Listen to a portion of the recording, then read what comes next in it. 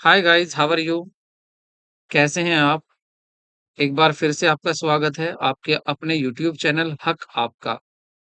विश्वास सीरीज लेकर चल रहे हैं और विश्वास सीरीज की आज दूसरी वीडियो है। और इस सीरीज को देखने के बाद हमें विश्वास हो जाएगा कि इस बार हम कामयाब जरूर होंगे। शुरू करते हैं आज का first question. Principle of responsibility and authority insist उत्तरदायित्व एवं प्राधिकार के सिद्धांत पर जोर देता है। तो ये कौन से सिद्धांत पर जोर देता है? रेस्पॉन्सिबिलिटी, जो प्रिंसिपल रेस्पॉन्सिबिलिटी एंड अथॉरिटी, ये किस बात पर अधिक जोर देता है? किस बात पर अधिक जोर देता है? रेस्पॉन्सिबिलिटी ज्यादा होनी चाहिए ऑथोरिटी से, या ऑथोरिटी रेस्पॉन्सिबिलिटी से बड़ी होनी चाहिए, या रेस्पॉन्सिबिलिटी ऑथोरिटी के बराबर होनी चाहिए, या ऑल ऑफ द अबव सभी। देखिए, मैं थोड़ा सा इसके बारे में आपको बता दूं। ये जो आपके यहाँ पूछा गया है रेस्पॉन्सिबिलिटी एंड ऑथोरिटी, ठीक है। तो ये जो हेनरी फ्योल हैं, हेनरी फ्योल, हेनरी फ्योल, तो हेनरी फ्योल ने, जो हेनरी फ्योल हैं, इन्होंने अपने जो हैं आपके मैनेजमेंट प्रिंसिपल दिए हैं, 14 प्रिंसिपल दिए हैं। और उस 14 प्रिंसिपल में से एक प्रिंसिपल आपका यहाँ पर है, मैनेजमेंट प्रिंसिपल दिए हैं। अब वो मैनेजमेंट प्रिंसिपल आपके काफी बार पूछ लिए जाते हैं, तो आपको 14 की लिस्ट आपको जरूर याद करनी है। अब उसमें कौन से हैं, देखिए मैं आपको नोट करा देता हूँ। पहला होता है आपका डिवीजन ऑफ वर्क। आप, मैं बोलता जा रहा हूँ, आप लिखते जाएं। पहला है आपका डिवीजन ऑफ वर्क, दूसरा है ऑथोरिटी एंड रेस्पॉन्सिबिलिटी, तीसरा है डिसिप्लिन, और चौथा है यूनिटी ऑफ कमांड, फिफ्थ है यूनिटी ऑफ डायरेक्शन, सिक्स है subordination of individual interest, and seven है remuneration, and eight centralization, 9 scalar chain, 10 order, 11 equity, 12 stability, 13 initiative, 14 esprit de corps. और देखिए यहाँ पर जैसे पहला था डिवीजन ऑफ वर्क, इसमें इन्होंने कहा कि वर्क को डिवाइड कर दीजिए, वर्क को बांट दीजिए, जैसे जिसकी क्वालिफिकेशन, जैसी जिसकी योग्यता, उसे ऐसा ही काम दे दीजिए। ठीक है, तो फर्स्ट में इन्होंने बताया डिवीजन ऑफ वर्क में कि वर्क का डिवीजन करना चाहिए, वर्क को बांट देना चाहिए जैसे जिसकी क्वालिफिकेशन हो। दूसरे में बताया था आपका, दूसरा था आपका ऑथोरिटी एंड रेस्पॉन्सिबिलिटी। इसमें बताया गया है कि जिसको आप रेस्पॉन्सिबिलिटी दे रहे हैं तो उसको ऑथोरिटी भी देनी जरूरी है। मतलब जहां पर ऑथोरिटी होगी वहीं पर रेस्पॉन्सिबिलिटी होगी। जिस पर्सन के पास ऑथोरिटी है उसी के पास रेस्पॉन्सिबिलिटी होगी। जैसे मान लेते हैं आपको 100 यूनिट प्रोड्यूस करनी है इस महीने, और एक पर्सन को आपने जिम्मेदारी दे दी है, इसकी रेस्पॉन्सिबिलिटी दे दी है। मान लेते हैं ए को जिम्मेदारी दे दी है, तो ए को जब उसको प्रोड्यूस करना है तो उसको रॉ मटेरियल जो परचेज की ऑथोरिटी है वो भी उसके पास होनी चाहिए। जरूरत पड़ने पर वो कितना भी परचेज कर सकता है, ताकि फिर वो अपना रेस्पॉन्सिबिलिटी को पूरा कर सके। तो जहां रेस्पॉन्सिबिलिटी होगी वहीं ऑथोरिटी होगी। तो ये दोनों बराबर होती हैं, तो सही आंसर जो होगा आपका ऑप्शन सी होगा। ठीक है, तो नेक्स्ट क्वेश्चन देखते हैं अपना। योजना आयोग का अध्यक्ष कौन होता है? देखिए, योजना आयोग का अध्यक्ष कौन होता है, ये क्वेश्चन पहले भी पूछा जा चुका है। तो इसका सही आंसर होगा आपका डी, प्रधानमंत्री होता है। ठीक है, योजना आयोग का अध्यक्ष। और अब योजना आयोग को क्या कहते हैं, जल्दी से कमेंट बॉक्स में करके बताइए, योजना आयोग को अब क्या कहते हैं।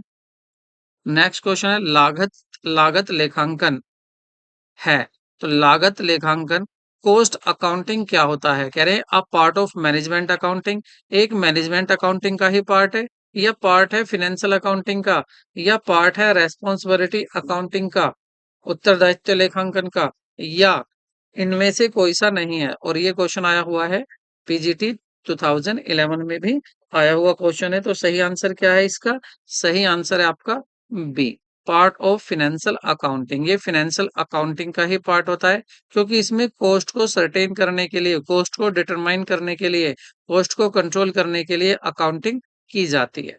ठीक है, नेक्स्ट देख लेते हैं।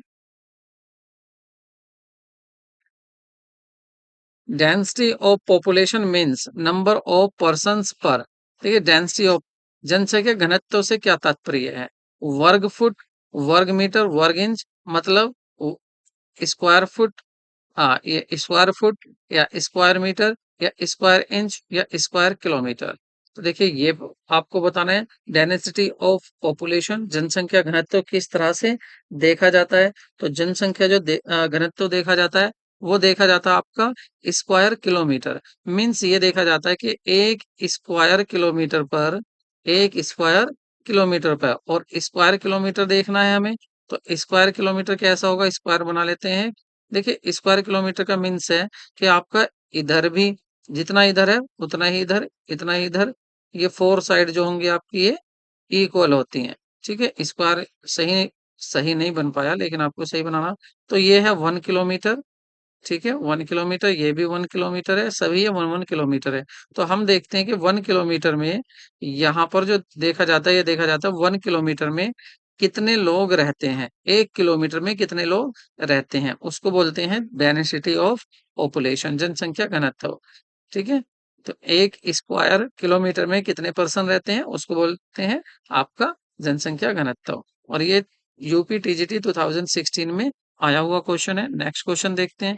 कह रहे हैं अंश का आंतरिक मूल्य ज्ञात कर किया जा सकता है। तो इसका कौन सी विधि से किया जा सकता है, आय विधि से, उचित मूल्य से, शुद्ध संपत्ति से, शेयर बाजार कोटेशन से। तो इसका जो सही आंसर है वो होगा आपका सी, शुद्ध संपत्ति विधि से हम ज्ञात कर सकते हैं आपका अंश का आंतरिक मूल्य। और ये क्वेश्चन टीजीटी 2019 में आया हुआ है। नेक्स्ट क्वेश्चन देखते हैं। कह रहे हैं विचारधारा जो संगठन के उच्च पद के लिए अनुपयुक्त है, यह है परंपरागत विचारधारा। जो संगठन के उच्च पद के लिए, यहाँ पर जो बात हुई है उच्च पद मतलब high position, top level management के लिए जो हो रही है, तो उसके लिए जो उपयुक्त नहीं है, जो उसके लिए उचित नहीं है, वो बतानी है कौन सी विचारधारा है जो अनुपयुक्त नहीं है। तो वो होती है परंपरागत विचारधारा। ठीक है, ये जो होती है अनुपयुक्त होती है किसके लिए, उच्च पद के लिए। नेक्स्ट क्वेश्चन देखते हैं। फिर gang plank permitted direct communication between. देखिए गैंग प्लैंक ये एक आपके जैसे ही फ्यूल हुए हैं, इसी तरह से आप आपके जो है दूसरे हुए हैं इसमें। तो जो गैंग प्लैंक है इसका जिस तरह से आपके फ्यूल हुए हैं, मैनेजमेंट के प्रिंसिपल दिए हैं फ्यूल ने, उसी तरह से आपके टेलर हुए हैं। टेलर ने भी अपने कुछ प्रिंसिपल दिए हैं, तो उन्होंने उसमें गैंग प्लैंक बनाया है, इस तरह से प्लैंक बनाया है। और उस प्लैंक में क्या बताते हैं, ये बताते हैं employee working at same level, जो कह रहे हैं gang plank permit direct communication, जो सीधी बात कर सकते हैं। देखिए इसमें क्या है, अगर ए को बी से बात करनी है और सी डी इस तरह से, और ई एफ जी एच, तो कहते हैं कि इसको इससे बात करनी पड़ेगी, इससे पहले इसको कम्युनिकेशन करना पड़ेगा और इससे कम्युनिकेशन यहाँ करना पड़ेगा। और इसी तरह से अगर ऑर्डर पास होगा तो वो डी से सी पे होगा, सी से बी पर होगा, बी से ए पर होगा। बट अगर बी और जी सेम लेवल पर हैं तो ये सीधी बात कर सकते हैं अगर कोई ऐसी इमरजेंसी होती है। तो कह रहे हैं employee working at same level वो डायरेक्ट कम्युनिकेशन कर सकते हैं, या एम्प्लॉय इररेस्पेक्टिव दियर लेवल जो अलग अलग लेवल पर है वो बात कर सकते हैं, या employee of the same department only, या सेम डिपार्टमेंट वाले, एक ही डिपार्टमेंट वाले जो पर्सन होते हैं वो आपस में बात कर लेते हैं। तो इसका सही आंसर जो होगा, सही आंसर है आपका इसका, ये होते हैं employee working at same level, समान स्तर पर बात करने वाले आपस में बातें यहाँ पर कर सकते हैं। ठीक है, नेक्स्ट क्वेश्चन देखते हैं।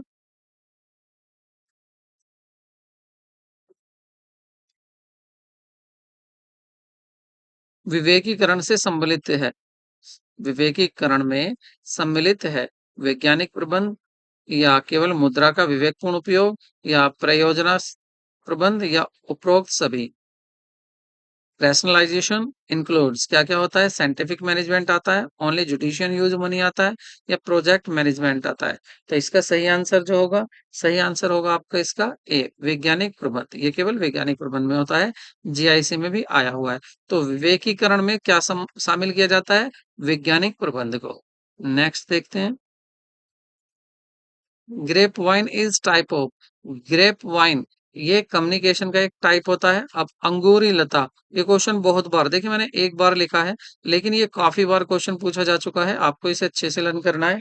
ठीक है, ये कम्युनिकेशन का ही टाइप होता है। और इस कम्युनिकेशन के टाइप में ये पूछा है कि ये ग्रे पॉइंट किस में यूज होता है, इनफॉर्मल कम्युनिकेशन में। तो सही आंसर क्या है इसका, इनफॉर्मल कम्युनिकेशन। कम्युनिकेशन इनफॉर्मल क्या हॉरिजेंटल का कम्युनिकेशन के आप एक बार याद कर सकते हैं। नेक्स्ट क्वेश्चन देखते हैं। रॉबिन्सन के अनुसार अर्थशास्त्र क्या है? तो रॉबिन्सन ने अर्थशास्त्र इकोनॉमिक को क्या कहा है? क्या कहा, एक सोशल साइंस कहा है, एक इंडिविजुअल साइंस कहा है, या दोनों कहा है? तो इसका सही आंसर होगा आपका सी। इसने कहा है दोनों। इसने एक व्यक्तिगत भी कहा है और एक सामाजिक भी कहा है, तो सही ऑप्शन होगा आपका बी। नेक्स्ट क्वेश्चन देख लेते हैं। कह रहे हैं हेनरी फ्योल का जन्म हुआ था। तो हेनरी फ्योल का जन्म कब हुआ था? तो इसका अब देखेंगे कि हेनरी फ्योल का जन्म कहाँ हुआ था। तो देखिए अगर बात करें 18 1882, देखिए 1882 को क्या हुआ था, तो आप इसको नोट कर लें, यहाँ से भी क्वेश्चन काफी बार पूछा जा सकता है।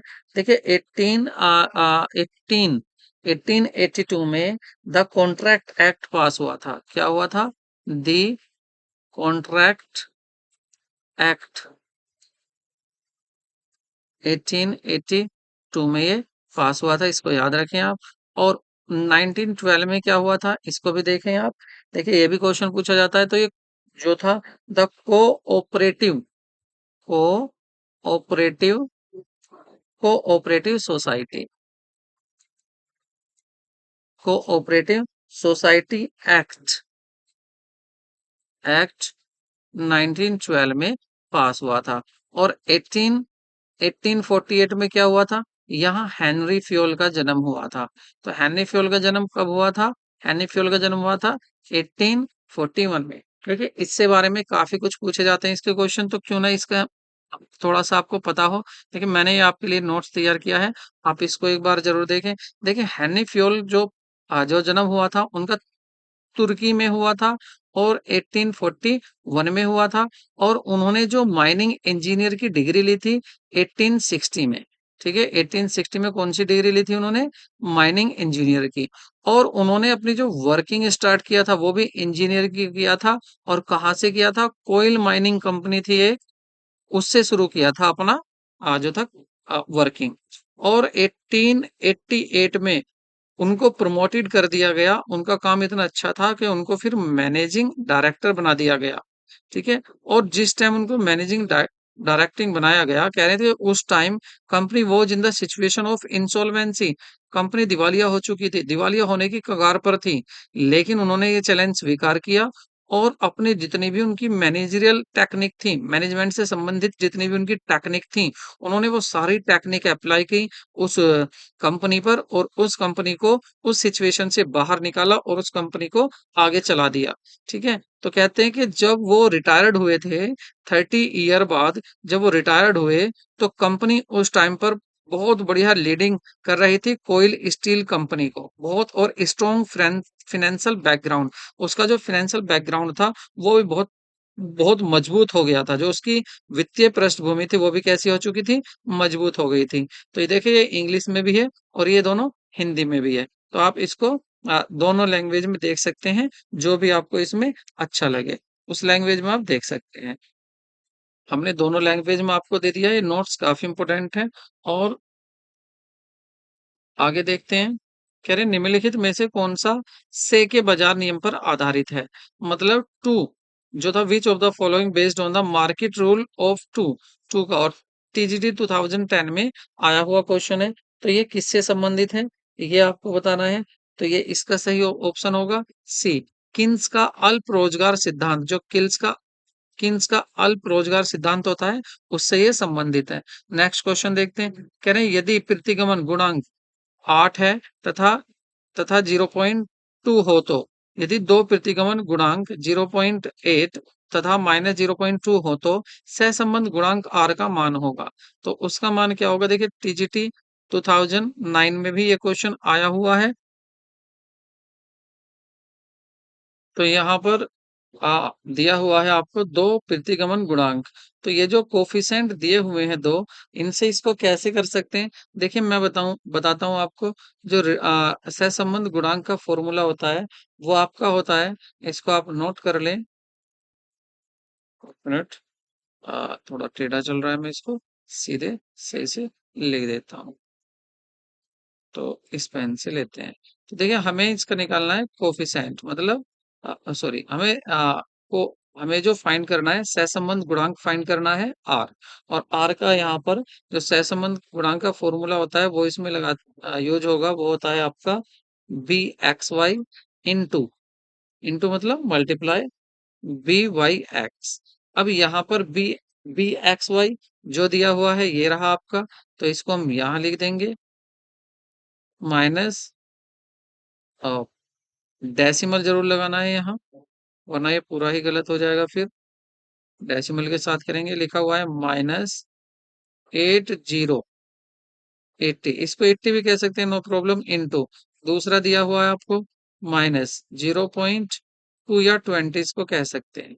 अगर हम इसकी मल्टीप्लाई करेंगे तो माइनस माइनस प्लस हो जाएगा, और 18 टू जा 16, 18 टू जा 16, और यहाँ पर जो है हमारी डबल जीरो आ जाएंगी, और टू टू फोर के बाद क्या है हमारा, फोर के बाद आ रहा है हमारा डेसिमल। ठीक है, और माइनस माइनस प्लस हो चुका है। तो ये बाहर, जब इसको हम बाहर लाएंगे तो ये बाहर क्या आ जाएगा, ये बाहर हो जाएगा आपका 0.4 है। आपको यार आप 0.16 आ रहा है, लेकिन जब बाहर निकालेंगे इसको तो क्या आ जाएगा आपका 0.4 आ जाएगा। ठीक है, तो इसका आंसर सही क्या होगा, 0.4 होगा। और अब आप देखेंगे कौन सा 0.4 होगा। देखिए माइनस माइनस तो यहाँ पर प्लस हो गए थे मल्टीप्लाई करने में, तो सही आंसर क्या होगा इसका, सी होगा। तो करेक्ट आंसर जो होगा इसका वो सी होगा। नेक्स्ट क्वेश्चन देखते हैं। तो यहाँ पर सही आंसर क्या होगा आपका, सी आंसर करेक्ट होगा। क्वेश्चन काफी इंपोर्टेंट था क्योंकि पीजीटी 2019 में भी आया हुआ है। नेक्स्ट क्वेश्चन देख लेते हैं। Depreciation arise due to, depreciation जो अराइज होता है, जो डेप्रिसिएशन लगता है वो किस वजह से लगता है? तो कह रहे हैं एफ्लैक्स ऑफ टाइम, समय की प्रवाह मतलब समय हो जाने पर, समय बीत जाने पर, या fall in the value of the money, या मनी की वैल्यू में फॉल आ जाने पर, या ए और बी दोनों ऑप्शन सही होंगे, या नन ऑफ द अबव, या कोई सा भी सही नहीं होगा। तो सही आंसर क्या होगा इसमें? देखिए डेप्रिसिएशन क्या होता है पहले मैं ये बता देता हूँ आपको। देखिए डेप्रिसिएशन जो होता है ये होता है fall in the value of the fix tangible asset. Fixed tangible assets की यहाँ बात कर रहे हैं हम, फिक्स टेंजिबल एसेट की। अगर इसकी वैल्यू में फॉल आता है, जैसे आज आप कोई मशीन खरीद कर लाए हैं 1 लाख रुपीज की, और 1 साल बाद इसकी कीमत इतनी तो रहेगी नहीं, हमेशा कोई भी मशीनों कम होगी। मान लेते हैं इसकी कीमत 90,000 रुपए होगी 1 साल बाद, तो कितना फॉल आ गया, 10,000 का इसमें फॉल आ गया। तो ये जो फॉल है, ये जो कमी है, इस कमी को बोलते हैं डेप्रिसिएशन। ठीक है, ये कहाँ पर अप्लाई, कहाँ लगता है, फिक्स टेंजिबल एसेट। तो इसका सही आंसर क्या होगा आपका, सही आंसर होगा इसका आपका ए। ठीक है, ये आंसर इसका आपका सही होगा। देखिए आया हुआ क्वेश्चन है ये आपका पीजीटी 2011 में, और इसकी अगर बात करें, मैंने आपके लिए देखिए थोड़े से नोट्स तैयार करे हैं, दोनों लैंग्वेज में मिलेंगे, हिंदी में भी है इंग्लिश में भी है। तो आप इन नोट्स को देख लें, क्योंकि यहाँ से क्वेश्चन काफी बार, काफी क्वेश्चन पूछे जाते हैं, तो ये जरूरी हो जाता है कि आप इनको जरूर देखें। मैं बता देता हूँ, नोट को समझा देता हूँ। देखिए कह रहे हैं depreciation means fall in the value of tangible fixed asset. ये तो बात मैंने अभी बताई थी आपको कि जो टेंजिबल फिक्स एसेट होती हैं, यदि उनकी वैल्यू कम होती है, उनकी वैल्यू में फॉल आता है, तो उसको हम क्या बोलते हैं, उसको हम डेप्रिसिएशन कहते हैं। और ये होता क्यों है, बिकॉज ऑफ इट्स यूजेज। यदि आप इसको यूज कर रहे हो, या यूज से अलग भी क्या कर रहे हैं, समय बीत जाता है, एफ्लेक्शन ऑफ टाइम, या ड्यू टू ऑब्सोलेंस, या चलन से, प्रचलन से बाहर हो जाती है, ऐसा भी तो हो जाता है। कोई मशीन पहले यूज की जाती थी, आज यूज नहीं की जाती, या कोई उसके साथ दुर्घटना हो जाती है, टूट फूट हो जाती है, एक्सीडेंट हो जाता है, तो उसकी वैल्यू या घिस जाती है, तो उसकी वैल्यू वो नहीं रहती जो वैल्यू उसकी पहले थी, उसकी वैल्यू में चेंज आ जाता है। और यही चेंज क्या कहलाता है, डेप्रिसिएशन कहलाता है। तो depreciation is a permanent counting and gradual fall in the value of fix asset. और ये क्या होता है डेप्रिसिएशन, ये परमानेंट होता है और ये कंटिन्यूअसली होता है, कंटिन्यूअसली होता रहता है। भाई जो भी मशीन आज आप खरीद कर लाए हैं उसकी वैल्यू डाउन होती रहेगी, डाउन होती चली जाएगी। ऐसा नहीं है कि 1 लाख की है आज, नेक्स्ट ईयर भी 1 लाख की रहेगी, नेक्स्ट ईयर और भी कम की हो जाएगी, उससे आगे और भी कम की हो जाएगी। तो ये जो होता है किस नेचर का होता है, कंटिन्यूअसली नेचर का होता है। तो आपको ये बात भी याद रखनी है। एक बात और इसके बारे में हम बता देते हैं, और ये बात नेक्स्ट देखिए डेप्रिसिएशन के बारे में आगे देखिए। Depreciation is a part of cost, ये कॉस्ट का ही एक पार्ट होता है। देखिए यहाँ पीजीटी में क्वेश्चन पूछा जाता है, तो आप इस नोट से पक्का याद रखें। कह रहे हैं depreciation is a part of fix asset, ये एक फिक्स एसेट का पार्ट होता है। ठीक है, जो आपकी फिक्स एसेट है उसके part of cost of fix asset, जो फिक्स एसेट है उसकी कॉस्ट का ही पार्ट होता है। Which has expire due to its use, और ये कैसे एक्सपायर होता है, इसका यूज करने से। अगर आप किसी एसेट को यूज करें तो उस पर कॉस्ट आएगी, उसी को डेप्रिसिएशन कहते हैं। या इसको क्या कह सकते हैं कि टाइम के बीत जाने पर या ऑब्सोलेंस या एक्सीडेंट हो जाने पर जो कॉस्ट आती है उसको हम क्या बोलते हैं, आपकी डेप्रिसिएशन बोलते हैं। तो यहाँ आपको ये ध्यान रखना है, ये भी क्या होता है, ये कॉस्ट का पार्ट होता है। और कॉस्ट किसकी कॉस्ट होती है, फिक्स एसेट की, फिक्स एसेट की होती है। फिक्स एसेट कैसी, टेंजिबल फिक्स एसेट की ये कॉस्ट होती है। अब ये कॉस्ट कैसे होती है, जैसे मैंने अभी बताया, आप मशीन लेकर आते हैं 1 लाख रुपए की, 1 साल आप इसको यूज करते हैं तो नेक्स्ट ईयर ये हो जाती है 90,000 की। इट मीन्स आप ये कह सकते हैं कि मशीन कितने की घिस गई, तो मशीन आपकी 10,000 की घिस गई 1 साल में। तो इस 10,000 को आप क्या कह सकते हैं, है तो ये भी कॉस्ट ही, तो भाई खर्चा तो ये भी हो रहा है आपका, तो इसको कॉस्ट भी कह सकते हैं। नेक्स्ट एक टर्म जो पूछी जाती है आपसे, अमोर्टाइजेशन। अमोर्टाइजेशन को भी देख लीजिए। देखिए डेप्रिसिएशन अमोर्टाइजेशन में क्या डिफरेंस है तो दोनों सेम ही, है तो दोनों फॉल ही, लेकिन यहाँ पर ये तो फॉल था टेंजिबल फिक्स एसेट में, बट ये फिक्स एसेट में नहीं होता, ये होता है इंटेंजिबल एसेट में। जो इंटेंजिबल एसेट होती हैं यदि वो इन राइट ऑफ हो जाती हैं, रिटर्न ऑफ हो जाती हैं, तो उसको क्या बोलते हैं, अमोर्टाइजेशन बोलते हैं।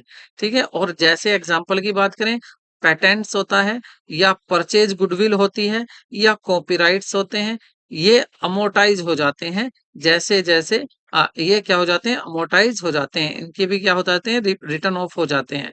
ठीक है, तो अगर इनकी वैल्यू में कमी आ रही है तो इसको क्या बोलेंगे, अमोर्टाइजेशन। देखिए अब सुनिए, आप यहाँ दो बातें हो गई, एक मैंने कहा आपसे टेंजिबल, एक तो मैंने कहा आपसे टेंजिबल एसेट, एक कहा मैंने इंटेंजिबल एसेट। दो बात थी, एक तो टेंजिबल और एक क्या था, इंटेंजिबल एसेट। ठीक है, ये दो बातें हो गई। देखिए इंटेंजिबल एसेट कैसी होती है, जो हमें दिखाई नहीं देती, जिसको हम टच नहीं कर सकते, जैसे गुडविल, पेटेंट्स।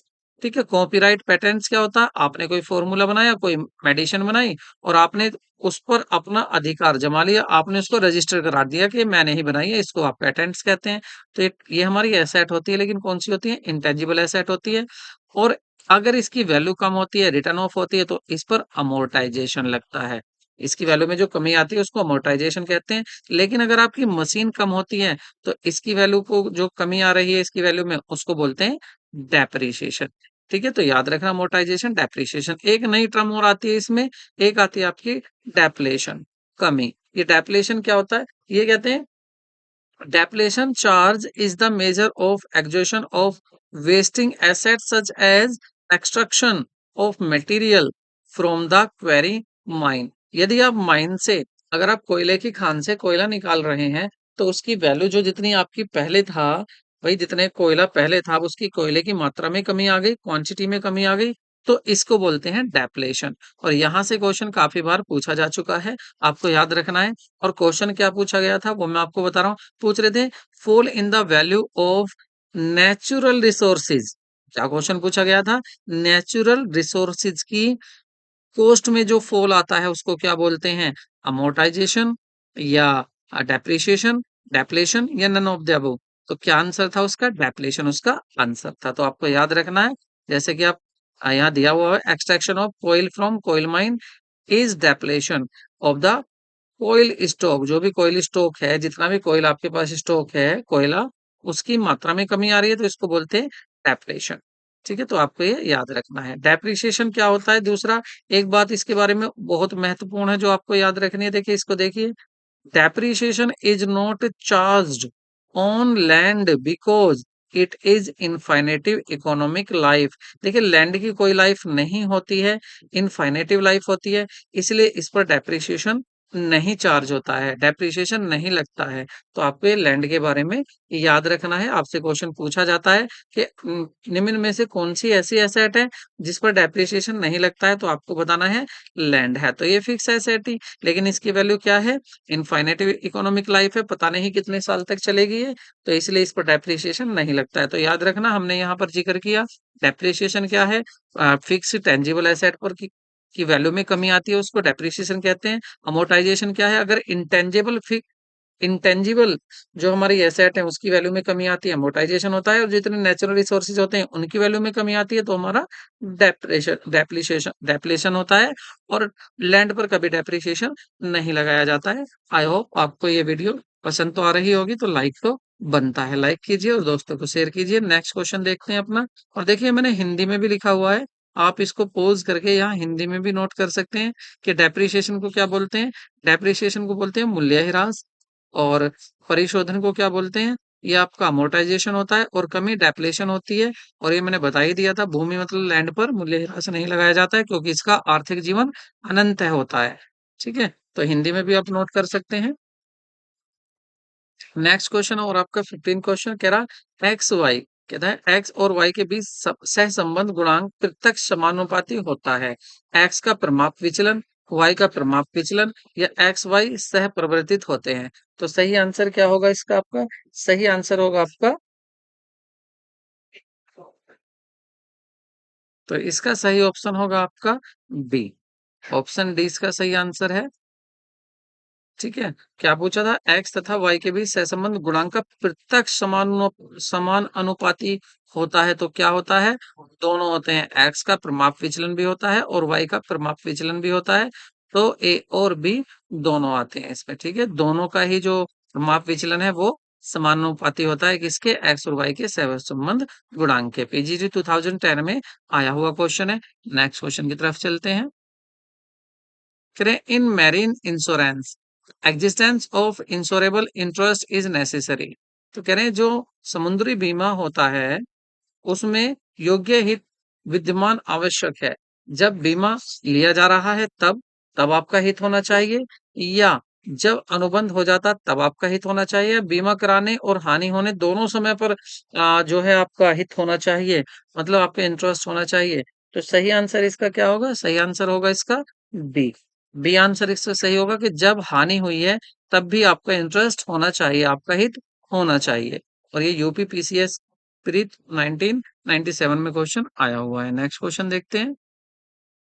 वित्त योजन किया जाता है, तो वित्त योजन किया जाता है, वित्त योजन किया जाता है, delegation is done for functional task के लिए, फॉर कोऑर्डिनेशन रिलेटेड वर्क के लिए, या फॉर कंट्रोल रिलेटेड वर्क के लिए, या फॉर डिसीजन मेकिंग वर्क के लिए। तो ये होता है आपका, इसका आंसर होगा आपका 17 का जो किया जाता है ये, तो ये किया जाता है आपका ऑप्शन ए, क्रियात्मक कार्यों के लिए, मतलब फंक्शनल टास्क के लिए आपका प्रत्यायोजन या डेलीगेशन किया जाता है। नेक्स्ट क्वेश्चन देखते हैं अपना। डेप्रिसिएशन इज प्रोसीज ऑफ, देखिए डेप्रिसिएशन प्रोसीज है, तो डेप्रिसिएशन कैसी प्रोसीज है, वैल्यूएशन ऑफ एसेट, जब एसेट की आप वैल्यू निकालते हैं तब डेप्रिसिएशन की जरूरत होती है, या एलोकेशन कॉस्ट होता है, ये कॉस्ट निकालते हैं तब आप देखते हैं कि हाँ भाई कॉस्ट हमारी कितनी हो गई, या बोथ वैल्यूएशन और एलोकेशन दोनों होता है, या इनमें से कोई नहीं होता। तो सही जो होगा वो आंसर होगा आपका एलोकेशन। ठीक है, जब एलोकेशन होता है, एलोकेशन में ही हम डेप्रिसिएशन की प्रोसेस यूज करते हैं, डेप्रिसिएशन चार्ज करते हैं। नेक्स्ट क्वेश्चन देखते हैं। कह रहे हैं if the price of any commodity decrease by 20% and demand for that commodity increase by 40%, then elasticity of demand would be, तो डिमांड की इलास्टिसिटी कैसी होगी, देखिए इलास्टिसिटी क्या है, ये एक रिलेशन है। देखिए अगर यहाँ एक ही बात करते हैं और एक ही बात करें हैं, एक कमोडिटी है ए, और इसकी आप बात करेंगे, एक तरफ है इसकी डिमांड, एक तरफ है इसकी डिमांड और एक तरफ है इसकी प्राइस। ठीक है, तो कह रहे हैं कि if price any commodity decrease 20%, तो जो प्राइस है, प्राइस 20% कम हो जाते हैं। ठीक है, और कह रहे हैं and demand that commodity increase 40%, और डिमांड कैसी हो जाती है 40% इंक्रीज हो जाती है, मतलब ऊपर को करते हैं बढ़ जाते हैं। तो यहाँ पर जो इलास्टिसिटी होगी वो परफेक्ट इलास्टिसिटी होगी, या यूनिट इलास्टिक होगी, या हाईली इलास्टिक होगी, या परफेक्टली इलास्टिक होगी। तो ये आया हुआ क्वेश्चन है यूपीपीसीएस एलटी ग्रेड 2008। तो पहले बात करते हैं हम इलास्टिसिटी की। तो अगर इलास्टिसिटी की बात करें तो इलास्टिसिटी क्या होती है? देखिए एक बात, एक तरफ तो है आपका डिमांड और एक तरफ है आपकी प्राइस। तो अगर प्राइस में कुछ परसेंट चेंज होने से डिमांड में कितना परसेंट चेंज हो जाता है, तो इस परसेंटेज चेंज को इलास्टिसिटी कहते हैं। ठीक है, प्राइस में कुछ परसेंट चेंज होने से डिमांड में कुछ परसेंट चेंज जरूर होगा। तो ये जो परसेंटेज चेंज हुआ है डिमांड में, उसको बोलते हैं इलास्टिसिटी ऑफ डिमांड। डिमांड में इलास्टिसिटी इलास्टिसिटी क्या है? ठीक है, इसके फॉर्मूले भी होते हैं और इसके टाइप भी होते हैं। ठीक है, तो अगर देखिए परफेक्टली इलास्टिक, परफेक्टली इनइलास्टिक और यूनिट इलास्टिक या हाईली इलास्टिक की बात करें, तो पहले देखते हैं परफेक्टली इलास्टिक कौन सी होती है इलास्टिसिटी। तो फर्स्ट हम देखते हैं परफेक्टली इलास्टिक डिमांड। इसके लिए थोड़ा सा यहाँ इरेज करके स्पेस बना लेते हैं। देखिए एक तरफ तो हम बात करेंगे प्राइस की और एक तरफ बात करेंगे डिमांड की। ठीक है, तो इसको हम एक किससे दिखा लेंगे, हम शो करते हैं एक इस तरह से डायग्राम बना लेते हैं।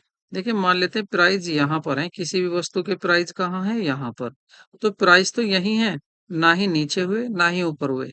लेकिन अगर इस वस्तु की डिमांड की बात करें, अगर इसकी डिमांड देखें तो पहले तो डिमांड थी यहाँ, पहले तो डिमांड थी यहाँ पी लेवल पर। पी तो ये तो बिल्कुल सीधा है प्राइस, ये प्राइस ना नीचे हो रहा ना ऊपर, प्राइस तो बिल्कुल सीधा है।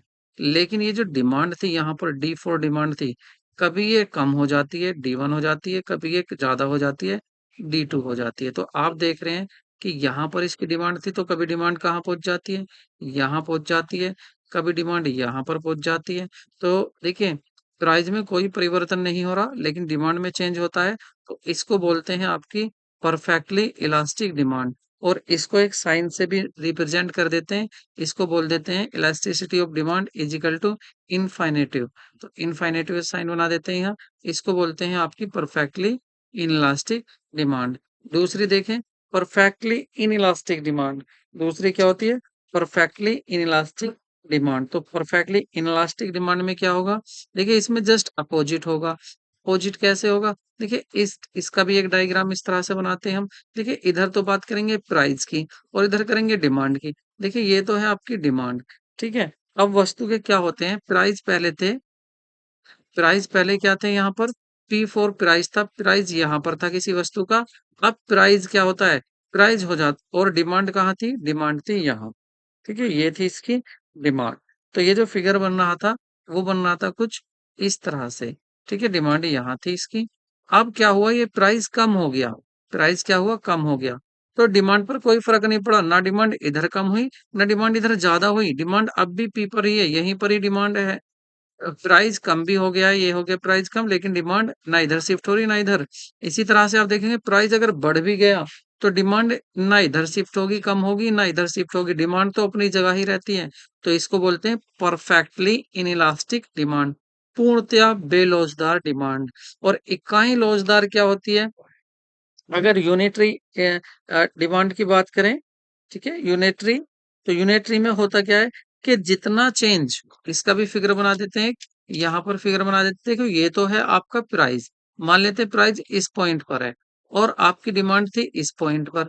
तो प्राइस में अगर एक यूनिट चेंज होता है, प्राइस यहाँ कम हो जाता है, एक यूनिट चेंज हो गया प्राइस, तो डिमांड जो होती है वो कितनी हो जाती है, डिमांड और बढ़ जाती है, एक यूनिट ही बढ़ जाती है। तो पहले प्राइस क्या था यहाँ, डिमांड क्या थी यहाँ। तो जितना प्राइस में चेंज हुआ उतना ही चेंज कहाँ पर हो गया, उतना ही चेंज हो गया आपका डिमांड में भी चेंज हो गया। तो इसको बोलते हैं यूनिटी इलास्टिक डिमांड। और हाईली इलास्टिक डिमांड क्या होगा, हाईली इलास्टिक डिमांड में क्या होगा कि थोड़ा सा भी प्राइस में परिवर्तन होने से डिमांड बहुत ज्यादा कम ज्यादा हो जाती है। तो इसको बोलते हैं हाईली इलास्टिक डिमांड। तो ये आपको डिमांड के आई होप आपको समझ में आ गया होगा। लेकिन अगर आपको इस अब भी ये समझ में नहीं आया कि परफेक्ट इलास्टिक या इलास्टिक क्या है, तो कमेंट बॉक्स आपके लिए खुला है। अगर आप चाहेंगे तो इस पर पूरी वीडियो भी हम बना देंगे, इस पूरे कॉन्सेप्ट पर। इलास और जो हमारा कॉन्सेप्चुअल क्लासेस चल रही हैं, वहां तो इसको हम वैसे डिफाइन करेंगे ही। डिमांड क्या होती है, इलास्टिसिटी ऑफ डिमांड होती है क्या है, इसके टाइप्स क्या होती हैं, इसके ग्राफ कैसे बनाए जाते हैं, वो टोटल डिस्कस हम बाद में भी करेंगे। और आज का अब चलते हैं लास्ट क्वेश्चन की तरफ। आज का लास्ट क्वेश्चन देख लेते हैं। तो आज का लास्ट क्वेश्चन है आपका, विच of the following procedure of IRDA act 1999, कह रहे इनमें से कौन सा अधिनियम 1999 को पूरा तरह इसी का अधिनियम है। विच of the following is the procedure, किसका प्रोसीजर है इरडा, इरडा जो एक्ट था उसी का प्रोसीजर कौन है।